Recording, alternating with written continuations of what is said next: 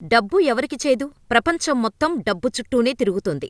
ఎప్పుడూ మనిషి ఆశ, శ్వాస పైసానే. అందుకోసమే ఎన్ని ఎత్తులేసినా, ఇంకెన్ని జిమ్మిక్కులు చేసినా ప్రతి మనిషి పైసల కోసమే పోరాటం చేస్తాడు.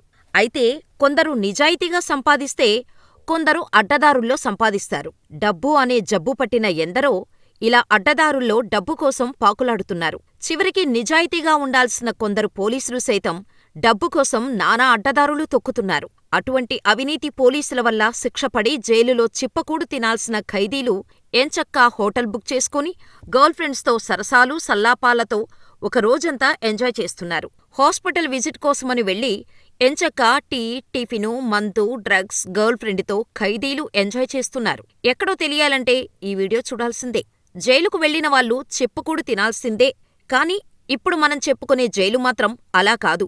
నీ జేబులో పైసా ఉంటే ఒకరోజు ఎంచక్కా సిటీ టూర్ వెయ్యవచ్చు. హోటల్లో మందు, విందు ఏర్పాటు చేసుకుని గర్ల్ఫ్రెండ్స్తో ఎంజాయ్ చేయొచ్చు.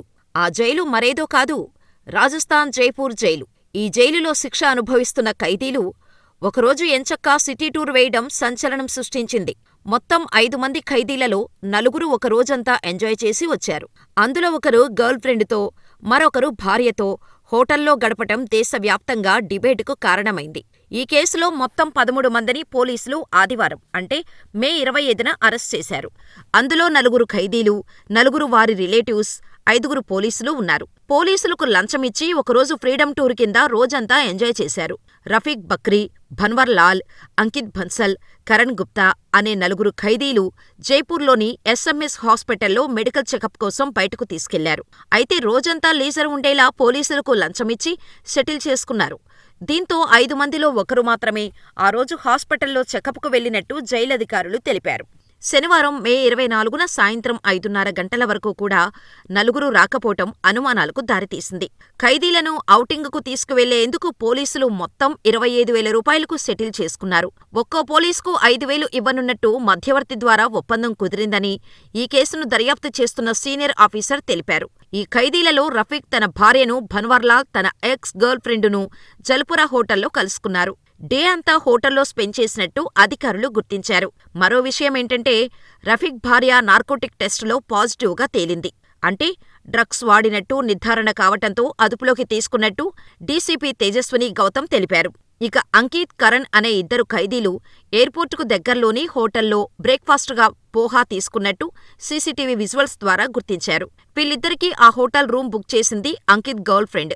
ఆ తర్వాత దర్యాప్తులో హోటల్లో 45,000 రూపాయలతో కరణ్ రిలేటివ్స్ పట్టుబడటం చూసి పోలీసులు షాకుకు గురయ్యారు. ఖైదీల ఐడీ కార్డ్స్తో డబ్బులు క్యారీ చేయటం చూస్తుంటే ఏదో పెద్ద ప్లానే వేసినట్టు పోలీసులు అనుమానిస్తున్నారు. అయితే ఖైదీలకు ఔటింగ్ ఏర్పాటు చేసింది జైలులో ఉన్న ఒక సీనియర్ అధికారి అని పోలీసులు అనుమానిస్తున్నారు.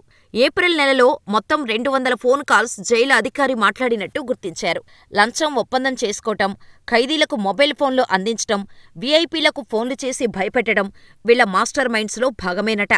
ఇది ఎంతవరకు వచ్చిందంటే చివరకు సీఎంను కూడా టార్గెట్ చేస్తామని బెదిరించే వరకు వెళ్ళింది వీళ్ల అరాచకం.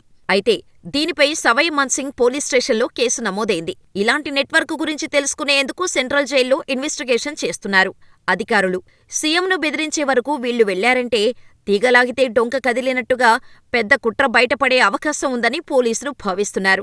సినిమాల్లో చూసినట్టుగా ఖైదీలకు ప్రత్యేక ఏర్పాట్లు ఉండటం, సుక్క ముక్క పక్క ఇలా నచ్చింది అరేంజ్ చేయటం ఎన్నో సినిమాల్లో చూసినవారు రియల్ లైఫ్లో కూడా సెంట్రల్ జైల్లో శిక్ష అనుభవిస్తున్న ఖైదీలకు ఇటువంటి సౌకర్యాలు అందుతున్నాయా అని ఆశ్చర్యపోతున్నారు. అంతేకాదు జైళ్లల్లో ఇలా కూడా జరుగుతుందా అని సామాన్యులు చర్చించుకుంటున్నారు.